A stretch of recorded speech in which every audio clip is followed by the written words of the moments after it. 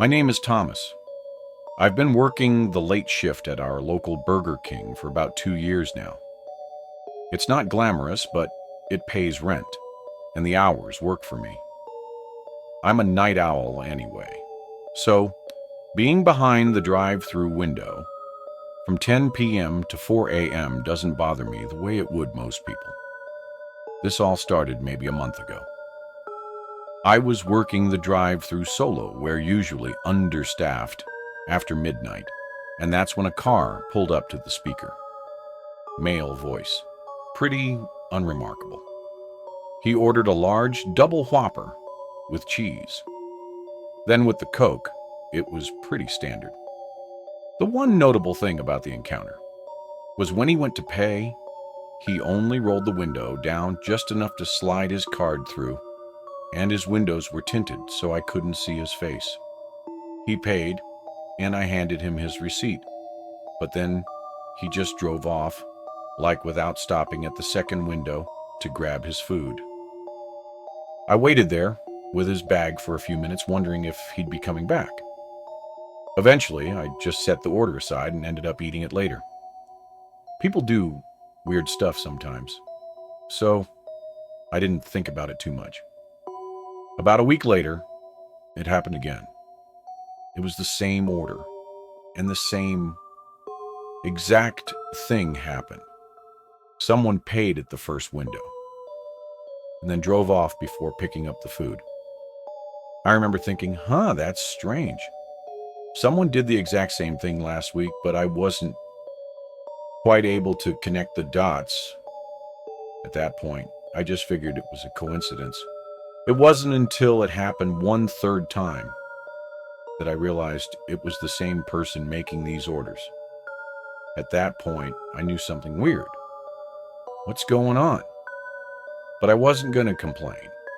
The food was made, paid for, and I was the one who got to enjoy it. So I kept eating the free Whopper meals and tried not to think too hard about why some random dude was essentially buying me dinner every few days. This went on for a few more weeks. The guy would show up every 4 or 5 days, always late, usually between 1 a.m. and 3 a.m., and always with the same order. I started to almost look forward to it in a weird way, like, oh, it's been a few days. Wonder if my mysterious benefactor is going to show up tonight. One night, I was working the speaker at around 2 a.m. When I heard that familiar voice through the speaker, I knew what was about to happen. And I was right. He ordered the same meal which I knew I'd be eating, but this time he said something else, something that made me freeze up. He said, and I'll never forget this, "I hope you've been enjoying those Whoppers, Mr. Hurley. My last name is Hurley. I don't wear a name tag with my last name on it. It's not posted anywhere customers can see. There's no reason at all, that this guy should know my last name." I just stood there for a second, not saying anything. My brain couldn't catch up. Then I started talking into the speaker, asking who this was, what he wanted, and how he knew my name. I must have said, "Who is this for?" or 5 times, but he never answered. And this time, he didn't even pull up to pay. I heard his engine rev, and then he was gone. I was rattled for the rest of my shift. There was nothing I could do, but I couldn't shake the feeling that something was very, very wrong. Little did I know, things were about to get much worse. When I got home after my shift, I found a note on my doorstep. It was a handwritten note that said, "I know what you did. You have 3 days." I just stood there, staring at it with my hand shaking. And I started feeling really, really sick, like someone had punched me in the gut. I have no idea what I supposedly did. I've been racking my brain, trying to think of anything that could explain this, but I've got nothing. This sounds so stupid, but I don't have enemies or secrets. The 24-year-old guy that works at Burger King and plays video games on his days off. Not exactly living the most exciting life. I didn't sleep that night. Instead, I just sat on my couch with the lights on, dreading whatever was going to happen next. But nothing happened. I had no choice but to just move on. It turned out I wouldn't have to wait that long. Because the next night at work, that guy was back. This time, he didn't even bother playing games. Instead of ordering food, he just asked me to write something down. Then, before I could even respond, he gave me an address. It was some random place on the outskirts of town, in an area I didn't recognize. And then he told me I had 2 days to deliver him $10,000. I damn near laughed at that. I didn't think he was serious, but he clearly wasn't kidding. As soon as he drove off, I immediately went back to being terrified. There was absolutely no way I'd be giving that guy $10,000. I didn't even have $10,000. I still don't. So I decided to ignore it. I figured it had to be some elaborate scam or a prank from someone I knew. I should have called the police right then, but I didn't even think of that. 3 nights later, I thought things were over. I hadn't dropped any money off and nothing had happened. But of course I was wrong. I was sitting there watching TV winding down. My shift went out of nowhere. I was jolted up by the sound of shattering glass. I hit the floor on instincts, thinking someone was shooting at me. But when I finally got up and looked around, I realized someone had just thrown a rock through my window. By the time I went to look outside, whoever had been there was long gone this time. I called the police. I told them everything, including the address I had been given, and they said they'd check it out and told me to stay vigilant. They really didn't do much. They just told me they'd patrol the area a little more closely, and that without any doorstep footage, which I obviously don't have, there was nothing they could do, and that was 3 days ago. I've called them. Back to work the last 3 nights.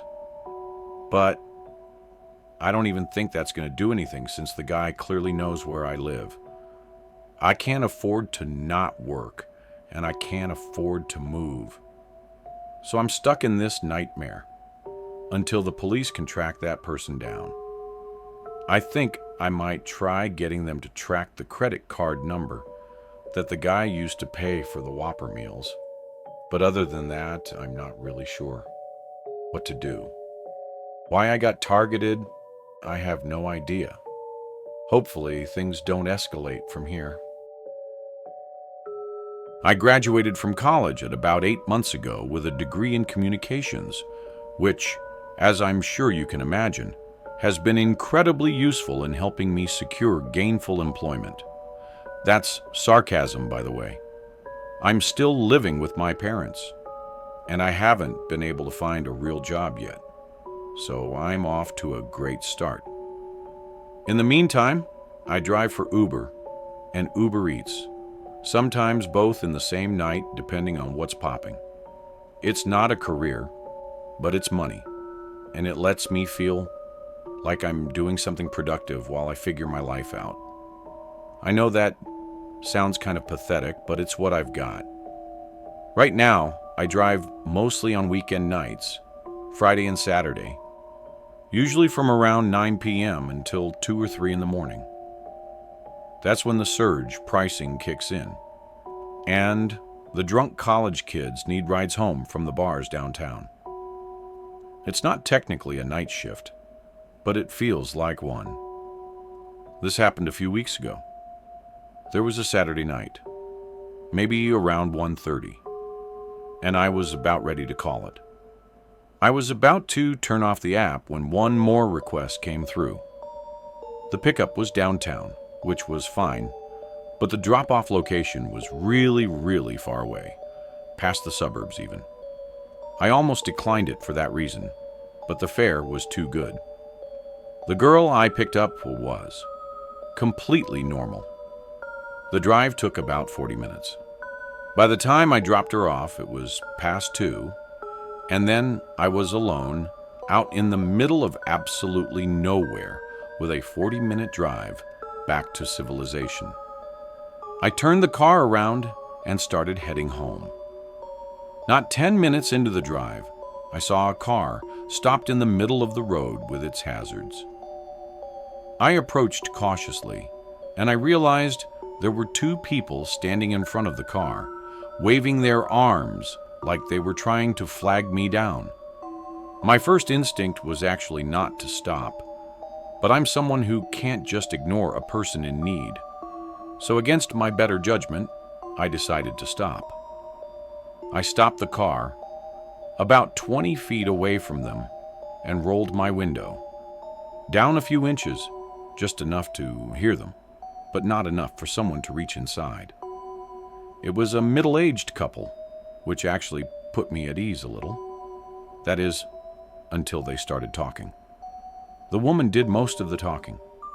She had this frantic energy about her, but also something that felt slightly rehearsed, like she'd given the speech. 24. She said they were warning drivers about a collapsed bridge ahead. She went on to say it happened earlier that day, and they had almost driven right off themselves. She pointed down the road into the darkness and said if I kept going that way, I'd end up in the river. So naturally, I asked them what I should do instead. The husband spoke of a turnoff that was about halfway between where we were and the bridge.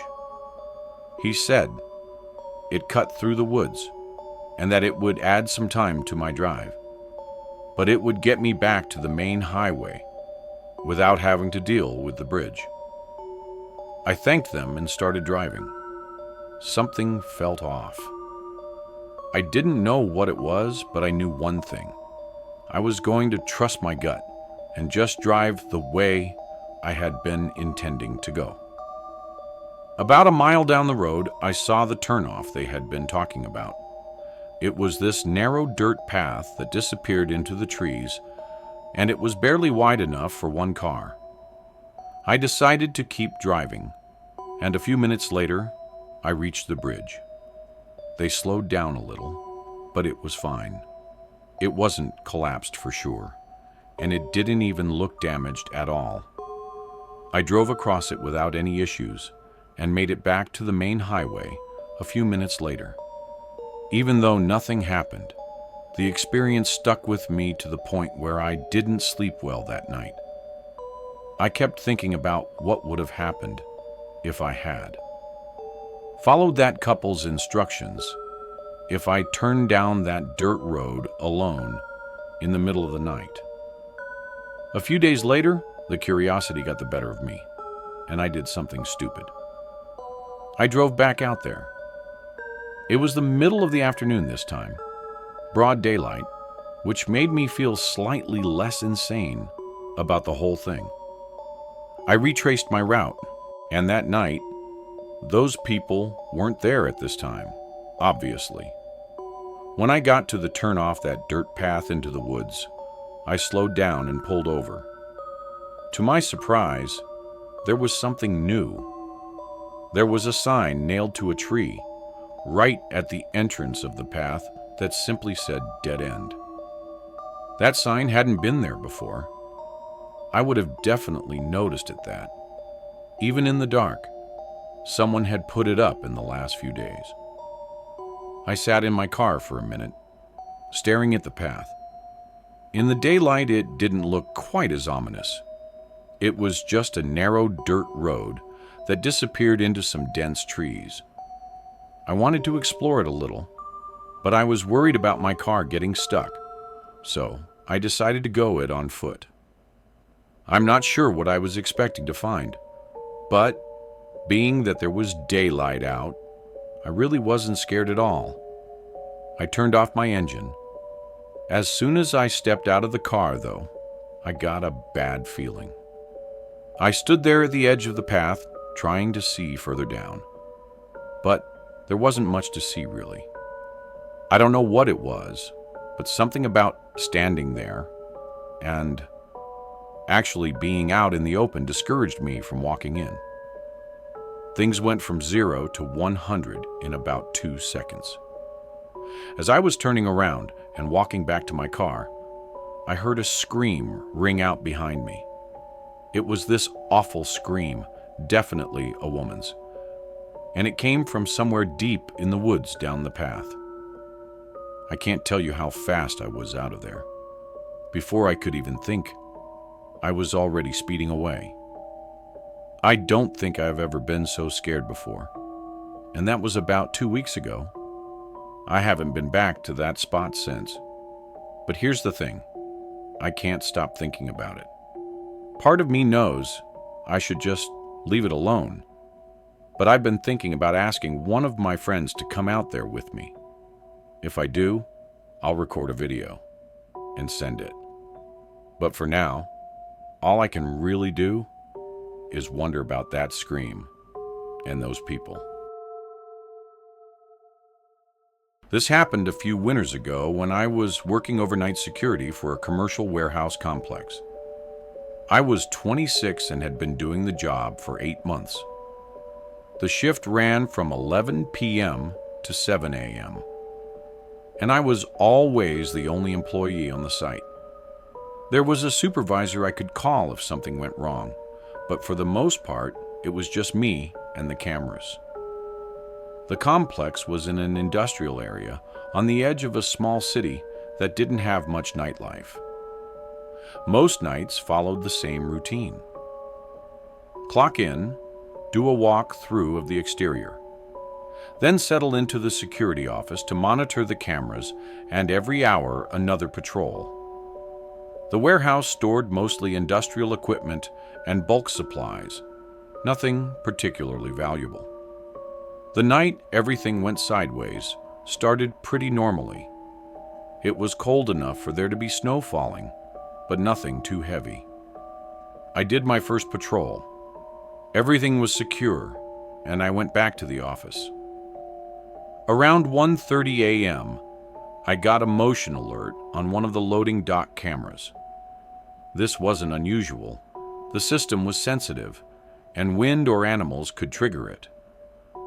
I pulled out the feed and watched for a minute, but everything looked normal, just the empty. Rock and snow drifting past the floodlights, but the alerts kept coming, every 10 or 15 minutes. The same camera would trigger each time I checked the feed, and each time I'd see nothing. What started to bother me was that the movement always seemed to happen just at the edge of the frame, like something was there, but not quite in view. By 2:30, I had maybe 6 or 7 alerts from the same camera. No other cameras were triggering, just that one. At 3 a.m., I went outside to check it myself. The snow had mostly stopped, and the complex was dead silent. I walked the full perimeter of the dock area with my flashlight. I didn't see anything. Usual, all the bay doors were closed and locked, and there were no footprints in the snow except for mine. I went back inside. About 20 minutes later, I heard a loud metallic scraping sound, like something heavy being dragged across concrete. It came from inside the warehouse somewhere deep in the building. Check the interior cameras, but all 6 feeds showed empty aisles. I was starting to freak out a little bit because I started feeling like I was being toyed with or watched somehow. But still I explained the noise away by chalking it up to the wind or something. An hour later, though, I heard it again. It was louder this time. The dragging sound followed by a sharp bang, like something had struck one of the interior doors. I cycled through the cameras again. Nothing on 1 through 5. When I got to camera 6, though, the feed was black. Maybe 3 seconds of static, and then it came back. But something was different. The angle had shifted, just a few degrees to the left, like someone had bumped the camera or adjusted its position. At that point, I had no choice. I grabbed my flashlight and radio and headed into the warehouse. The interior was massive, probably 80,000 square feet of industrial shelving arranged in long aisles. During the day, he was bright and full of forklifts. At night, the overhead lights were dimmed to save power, casting everything in this yellowish half-light. I was maybe halfway down the main aisle when I heard footsteps coming from somewhere to my left. It definitely sounded like someone, a person walking maybe 2 or 3 aisles over. As soon as I stopped, the footsteps stopped too. I stood there, trying to control my breathing. I remember how tense it was, standing there in complete silence, waiting for a sound that I wasn't even sure would come. After what felt like forever, I couldn't take it anymore. I had to break the silence. In a firm voice, I announced my presence as security and insisted that whoever was there make things easy and reveal themselves. But of course, there was number response. The rest of that patrol was utterly terrifying. I was bracing myself for a fight or some kind of confrontation, and the longer I surveyed without finding anyone, the worse that feeling got. But I ultimately finished my patrol without seeing another person, which was arguably worse. Because I knew with 100% certainty that there was someone in there. I didn't see or hear anything for the rest of my shift, but that didn't make me feel any better. I actually felt somewhat guilty. My job was laughably simple, and I was messing it up in real time. But by the time 7 rolled around, I wanted nothing more than to just get out of there. I reported everything to my supervisor when he showed up on site maintenance, did a full inspection, but didn't find anything either.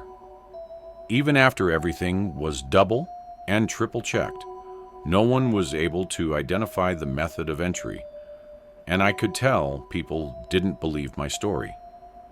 Still, though, that night remains one of the freakiest things that has ever happened to me.